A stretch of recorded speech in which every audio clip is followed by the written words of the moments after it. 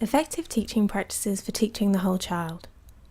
Within this presentation, I will be demonstrating the different aspects of a holistic approach to teaching the whole child, including student well-being and pastoral care, effective teaching practices for good academic outcomes, and classroom resources.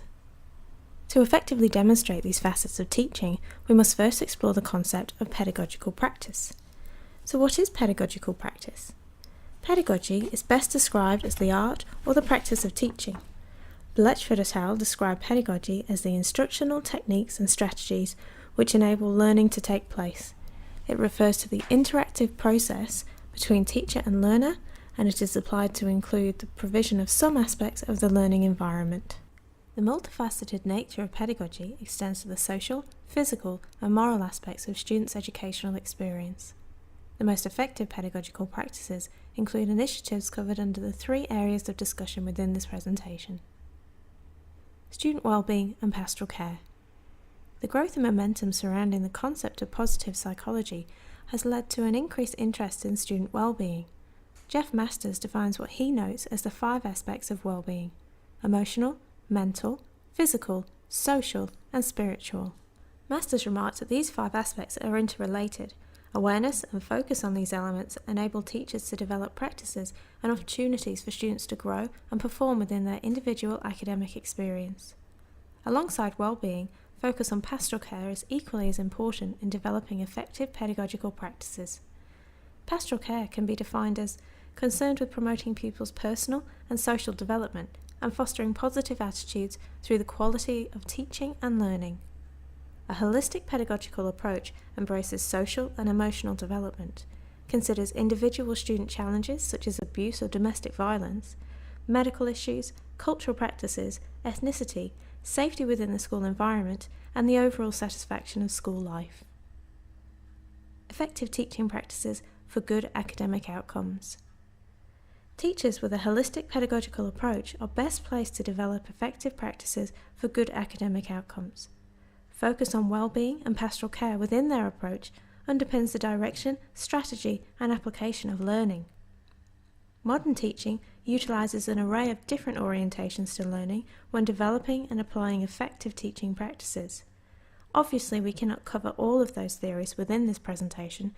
However, behaviourist, cognitive, and constructivist learning theories are all prevalent within modern teaching, and here are some practical applications based within these theories.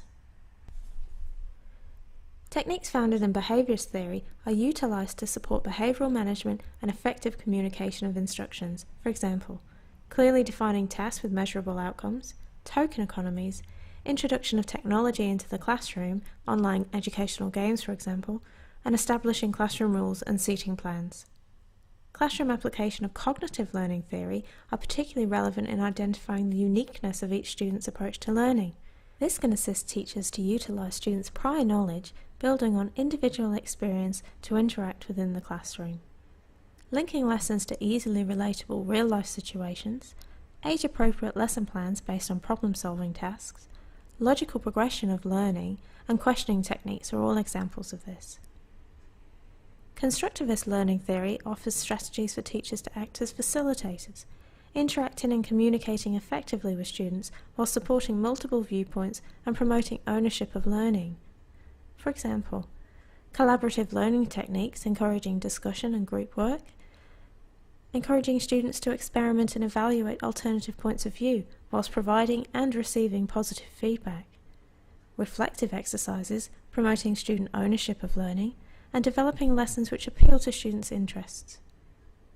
Teaching is unpredictable, and remembering to swerve is vital.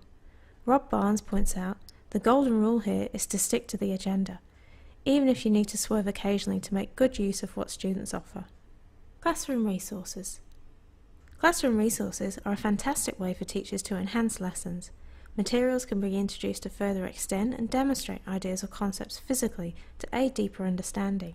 However, Margaret Angela Kodoslik notes, resources themselves are not self-enacting, that is, they do not make change inevitable.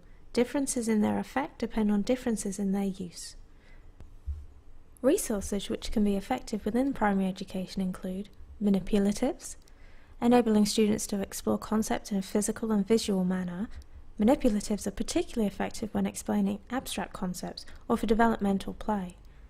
Information and communication technology, or ICT, traditional workbooks, stationery, craft supplies and readers, etc., and music and song as classroom calmers or for comprehension-based activities. In conclusion, when teachers adopt pedagogical practices encompassing student well-being, pastoral care and effective use of resources, students will benefit from a secure, creative and constructive environment to succeed academically.